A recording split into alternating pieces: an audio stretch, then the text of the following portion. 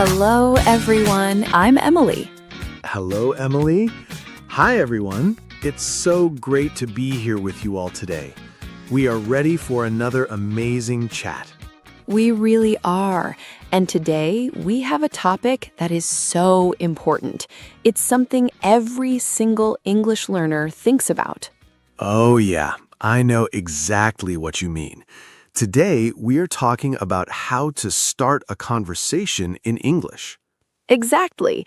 It sounds simple, right? But it can feel so scary when you actually try to do it. Totally. You know the words, you know the grammar, but then your mind just goes blank. You freeze. Yes, that is completely normal. Everyone feels that way at first. Even native speakers feel nervous sometimes. That's a great point, Emily. Why do you think it feels so scary for English learners? What is the main fear? I think it's the fear of making a mistake. People think if my English isn't perfect, the other person will judge me. Right. They worry about saying the wrong word, or they think people won't understand their accent. Exactly. But here is the beautiful truth. When you start a conversation, the other person isn't grading your English. No, not at all. They are just happy you are talking to them. They are looking at the connection, not the grammar. Yes, connection is the whole point. We learn a language to connect with other humans. That's powerful, Emily. So how do we actually do it? How do we break the ice and just start talking? Well, let's look at some real-life situations. Let's start with the easiest one, talking about the situation around you. Oh, I love this one. It's so natural. You just look at what is happening right now in that exact moment. Right. For example, the most classic English conversation starter is the weather. Yes, it's a classic for a reason. Everyone experiences the weather. It's something we all share. Exactly. You can be at a bus stop and just say, "It's really cold today, isn't it?" Yep. Or if it's raining, you can say, "Wow, I didn't bring my umbrella today." It is so simple. And it works. The other person will usually agree. They might say, "Yeah, I'm freezing too." And boom, you are talking. You're talking. It really is that easy. What is another situation where we can use the environment around us? Think about waiting in line, like at a coffee shop. You can look at the food and ask a simple question. Right. You can say, "That cake looks amazing. Have you tried it before?" Yes, people love to give their opinions. Asking for a small opinion is a great way to start a chat. It makes them feel helpful, and they will probably say, "Oh yeah, it's great," or "No, but I love the cookies here." Exactly. You can also use this at a party or an event. You can say, "The music is really loud," or "The food here is delicious." Those are great examples, Emily. So the first tip is talk about the things you both can see or feel. Yes. Now, let's talk about another great way to start a conversation, giving a compliment. Oh, this is my favorite. Everyone loves hearing something nice about themselves. It instantly makes them smile. It really does. But we have to be careful, right? We want to give nice, friendly compliments, not weird ones. Right, exactly. Don't say, "You have beautiful ears." That's just strange. Keep it simple. A safe and polite compliment is about clothes or maybe a bag or shoes. For sure. I always use this one. "I really like your jacket. Where did you get it?" That is perfect, Paul. It has two parts. First, the compliment. Second, a question to keep the conversation going. Yes, the question is the secret trick. If you just say, "Nice jacket," the person says, "Thanks," and the conversation dies. Right, the silence comes back. But when you ask, "Where did you get it?" they have to give you a real answer. They might say, "Oh, I got it at the mall," or "It was a gift." And then you can ask another question based on that. Exactly. You are building a bridge. Another good compliment is about someone's energy or work. How do you mean? Like at a meeting or in an English class? Yeah, if a classmate answers a question well, you can say, "You did a great job today. Your English is really good." That's wonderful. It's so supportive, and it opens the door to ask, how long have you been studying? You see, it always leads to another question. Speaking of questions, that is our third big tip, asking for help. Oh yeah, people love to help. It's human nature. If someone asks for help, we want to fix their problem. Exactly. And you don't need a big problem. You can ask for something very small. Like asking for directions, even if you have a map on your phone. Right. You can put your phone away and just say, "Excuse me, do you know where the train station is?" Yep. Or in a supermarket. Do you know where they keep the coffee? It's a natural, easy conversation starter. And it's very safe. If the person is busy, they just say, "Sorry, I don't know." And you just say, "No problem, thanks." Exactly. There's no pressure. And if they do know, they will tell you. Maybe they will even walk with you.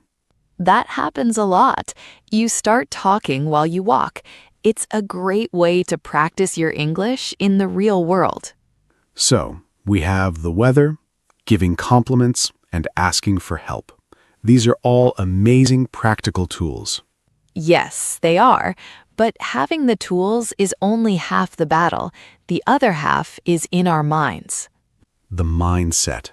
This is so important. How should an English learner think when they want to talk to someone?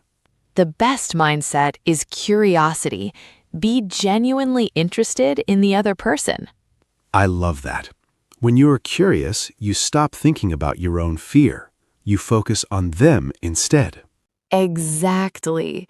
When you are worried about your grammar, you are only thinking about yourself. How do I sound? What if I look silly? Right. But if you think, I want to learn about this person, the fear slowly goes away. Yes, and part of this mindset is your body language. You can say the right words, but if your face is angry, it won't work. So true. You can't start a conversation looking like you want to fight someone. You need an open posture. Smile. A warm, genuine smile is the best conversation starter in any language.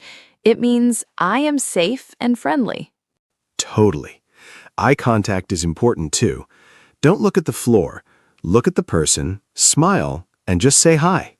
Yep. And remember to listen. We often think a conversation is just about talking, but listening is actually more important. That is a brilliant point, Emily. A good conversation is like playing catch. You throw the ball, and then you have to catch it. Right. You ask a question, and then you really listen to their answer. Don't just plan your next sentence. Oh, I used to do that all the time when I was learning Spanish. I was so stressed about my next sentence, I didn't hear a word they said. We all do that. But if you listen closely, they will give you the topic for your next question. Exactly. If you ask about their weekend and they say they went to the park with their dog, boom, you talk about dogs. Oh, you have a dog? What kind of dog? It's that simple. Just follow their lead. This makes it feel so much easier. You don't have to control the whole conversation. You just have to participate. Yes, you are a team. And speaking of participating, we have a quick question for our amazing listeners right now. Yes, we do. We love hearing from you guys. It makes this whole channel feel like a big worldwide family. It really does. So if you are enjoying this chat, please take a quick second to hit the like button and subscribe to the channel. And we want you to practice right now. Go to the comments and leave us a message. Tell us your favorite way to start a conversation. Yes, start a conversation with us in the comments. Tell us about the weather where you live or give us a fun compliment. We read all the comments, and we love replying to you. It's the best part of our day. Absolutely. So we've talked about practical examples and the right mindset. But Paul, let's talk about the hard stuff. You mean the mistakes, the awkward moments, the things that make us want to run and hide. Exactly. Because things will not always go perfectly.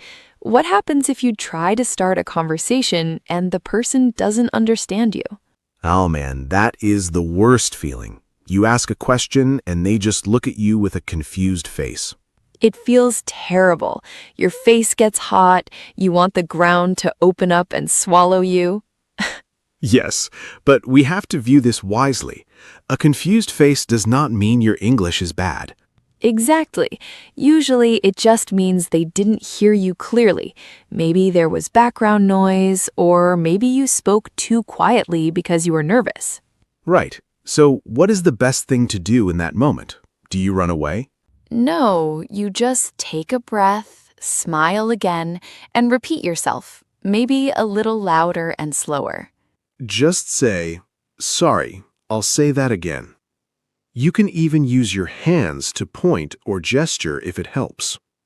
And if they still don't understand, it's okay to be honest. Honestly is a great way to connect. How do you mean? What should you say? Just say, "Sorry, I am still learning English. Let me try again." People respect that so much. They really do. When you admit you are learning, they instantly become more patient. They want to help you succeed. Yes, they change from a stranger into a helper. It completely removes the tension from the air. That's a great strategy. But what about another common fear? What if you forget a word right in the middle of talking? Oh, the famous blank brain. You are talking, and suddenly the word for umbrella just vanishes from your mind. Yup. You're just standing there saying, and waving your hands around. We have all been there. First, don't panic. Silence feels very long to you, but it's only a second for them. Right. And you can just describe the thing you forgot. If you forget umbrella, say, the thing you use in the rain. Exactly. Or the little roof on a stick. People will laugh with you and say, "Oh, an umbrella." That's actually a fun way to learn new words. You describe it, they tell you the word, and you never forget it. Yes, mistakes are not failures. Mistakes are just stepping stones on your path to fluency. I completely agree. And here's one more fear people have. What if you start the conversation, but it just dies? You mean the awkward silence? You ask about the weather, they say, "Yeah," and then nothing. Crickets. Exactly. You just stand there looking at each other. It feels so uncomfortable. It does, but we have to remember not every conversation is meant to be a long chat. That's true. Sometimes people are tired. Sometimes they're busy thinking about their own lives. Right, it's usually not about you. If the conversation dies, just let it die gracefully. It's totally fine. Just smile and say, "Well, have a nice day," and walk away. You still practiced. You still won. Yes, you took the step, you were brave. The outcome doesn't matter as much as the action of trying. Exactly. Every time you open your mouth to speak English to a stranger, you are building a new habit of courage. That is so beautifully said, Paul. And that brings us to the real life lesson for today's episode. It does. Learning English isn't just about memorizing words in a textbook. It's about opening your world. Yes, it's about crossing the bridge between you and another human being. And that requires a little bit of bravery. It does. It requires you to be okay with feeling a little uncomfortable at first. Exactly. We want to encourage all of you listening today. Progress takes time. Every little step counts. Yes. Don't be so hard on yourself. When you make a mistake, and you will, just laugh about it. You are doing an amazing job just by being here and trying. Be proud of the English you know today. You have enough English right now to make a friend, to ask for help, or to just share a nice moment with someone. You really do. So this week, we challenge you to try it. Just say hello to someone new. Use the weather, give a compliment, just start. You will be surprised by how kind people can be. We believe in you, and we are cheering for you. We absolutely are. Thank you so much for joining us for another great chat. Keep practicing, stay positive. Thanks for hanging out with us, guys. Keep up the great work, and see you in the next episode. Bye.